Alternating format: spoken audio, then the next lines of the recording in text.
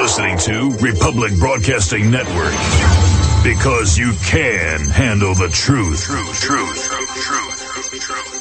My guest today is Veronica Clark. She has a master's degree in military history and is working on a doctorate in psychology. She is the author of several books, including Werewolves of the Iron Cross, A New Look at Hitler's Armed Forces, which came out in February of this year. She is the author of Black Nazis, a study of racial ambivalence in Nazi Germany's military establishment. Also, Hitler's most significant speech, and Triumph of Diversity, a new look at Hitler's armed forces. Veronica, welcome to the program. Hi, how are you? I'm great. How are you? Doing well.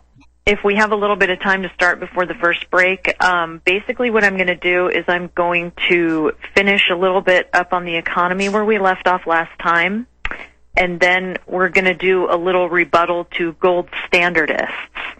These would be primarily libertarian types who believe that limited or no government and a gold standard are preferable to socialism and kind of a guided economy. Okay, sounds great. And, of course, we're going to get into the espionage, too. Right. And that's very important in the article, or the essay that you sent to me.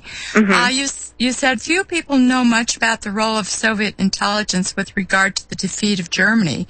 One may be inclined to ask, what role did Soviet intelligence actually play in the defeat of Germany in World War II? And you're going to answer that today. And apparently from reading the article, they had a lot to play. Mm-hmm. It was absolutely decisive. And I've tried to discredit that thesis, which is the goal of any good historian, is to try to go both sides and see which side has more validity. And it's undoubtedly in favor of Soviet intelligence. Right. So basically they had spies that went into the OKW, the OKH, the Luftwaffe. I mean, every single high-level command post was infiltrated. And the key player was a certain Werther. In German, it's Werther.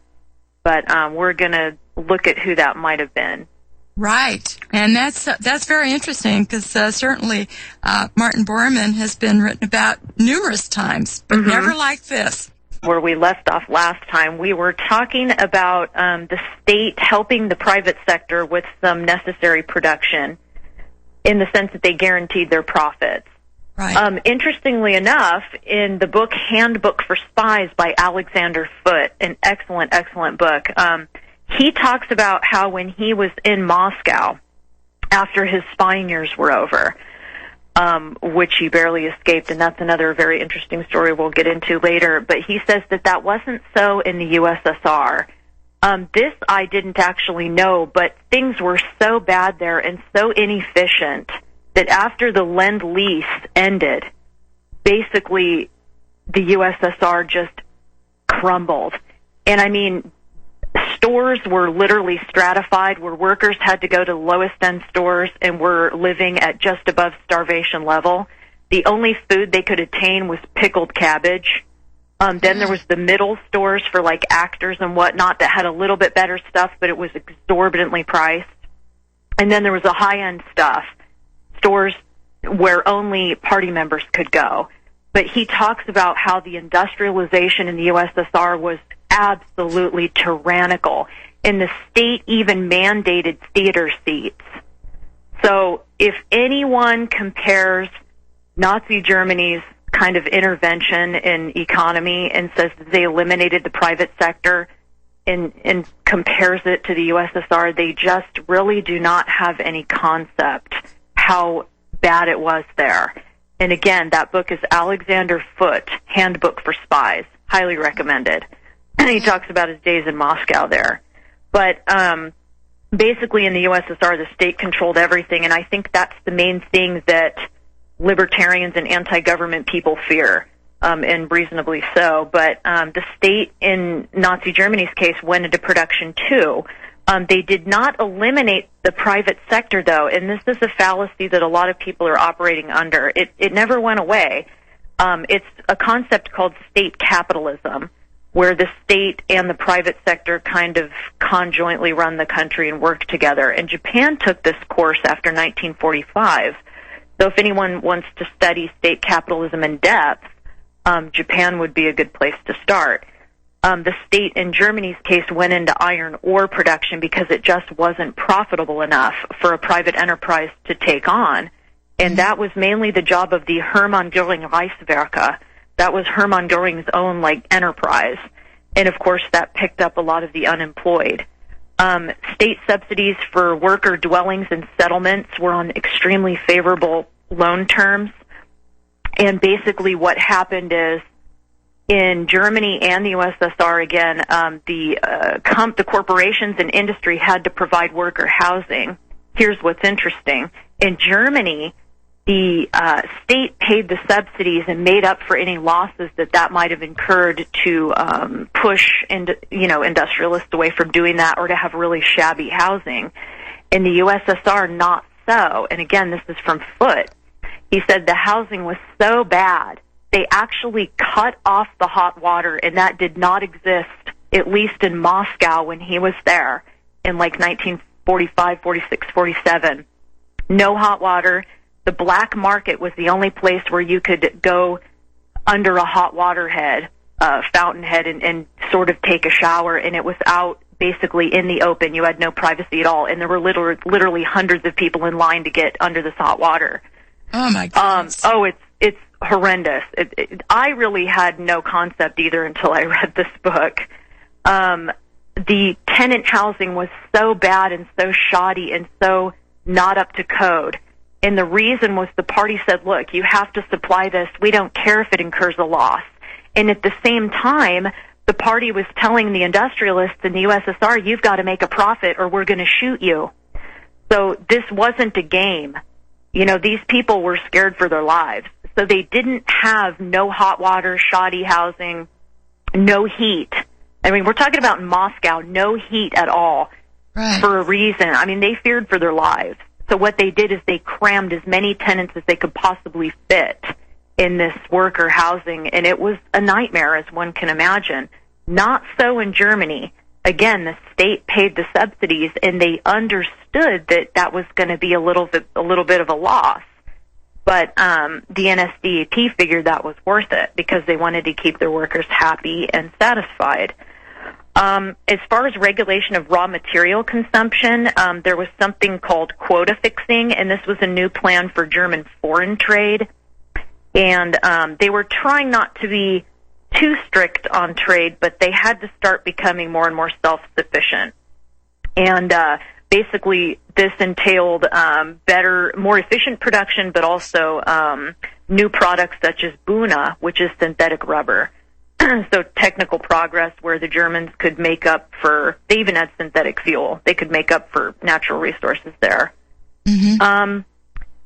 Because they had a shortage of labor and because people weren't in the right jobs, what they did is they increased the labor efficiency. Germany didn't have as many people as, say, the USSR, United States, so they didn't have this endless pool from which to draw, and they didn't want to bring in hordes of immigrants.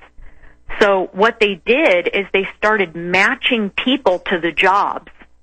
They'd go through these people, and everyone in Germany, even to this day, I believe this applies to all of Europe, they have like a dossier that follows them around to every job they go. And back then, I don't know about today, this may still be the case, but you can't just quit your job there. You have to apply to quit and move to another job, and it has to be approved. So the Germans basically went through these dossiers and whatnot and figured out where people should really be. And so there was a lot of moving around of workers so that they could get the most effective people to the right jobs, something that's pretty much unheard of here, where we have all of our college students without jobs or working for minimum wage jobs. That's a total waste, and they're never going to pay back their loans that way. So this is another really ingenious way of fixing one's economy. Increases in production. The Germans actually produced more capital goods. Those had actually risen at a greater rate than consumption goods. Capital goods are like stock market type stuff and all that. And this was over and above what the Weimar regime had ever produced. So Hitler didn't actually shut down the stock market or anything like that. He just heavily regulated it. And the currency and foodstuffs and resources were not allowed to be speculated on. So it was responsible speculation, and of course it was at people's own risk, but the state watched it very carefully. Unlike the SEC, which does not do its job, it's either bought off or so ineffective it's irrelevant. The Germans, the NSDAP was in there watching this very closely. Well, that makes sense. Absolutely. Well, it has to be watched. One can see why. You have the insider trading problem. And any agency that oversees it is, if it's compromised, what good is it? And that's, I think, the problem we have now. Of course. They also, the Germans also had the consumption, sustainable living. Okay, so they had a special consumption policy. And this was sustainable living and reasonable consumption before these ideas ever came to Greenpeace or any of these other organizations to the United States. Basically, the NSDAP wanted people to consume what was most abundant in certain seasons in Germany. And so they used heavy publicity. They didn't actually force people not to consume certain things, but what they did is they propagandized against it so that you would be kind of socially, I guess the best word would be lambasted if you didn't subscribe to this, and people would go, oh, you're being wasteful, or how dare you eat that right now? I mean, you know, the Hitler's trying to help us out and stuff, and it really did help. It was incredible how much this helped. But you don't buy things that are out of season if you're trying to streamline and make things more efficient and buy all of your goods locally. Otherwise, you have to go to other countries and buy the foods from there because they're in season in other parts of the world. So that cut down on foreign dependence. Right. That was a smart thing to do if you're trying to be an independent country. That's what absolutely. You do. Mm-hmm. And the Germans did subordinate the individual to the higher needs of the nation. So that's, you know, that's one of the things that goes along with kind of an authoritarian system like that. What else? Public nutrition education was extremely important. And what's interesting is the Germans were very big on consumption of fish, and this German Institute for Business Research worked out what consumption should be increased, what should be maintained, and what should be restricted. And what should be restricted were beef, veal, butter, lard, bacon, margarine, cooking oils and fats, buckwheat, millet, imported vegetables, and cheese with high fat content. So right there you have the whole, I mean, these are the things even doctors today are saying stay away from. So they were on top of things there too, and they were actually the first ones to link smoking with lung cancer.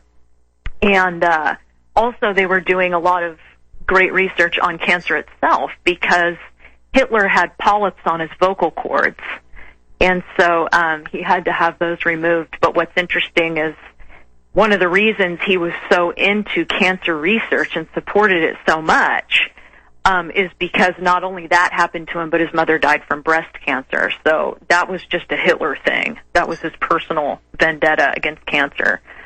Very understandably so. Right, and they had the Nazis had an anti-waste campaign. So this is recycling, reuse. That was already in place back then there.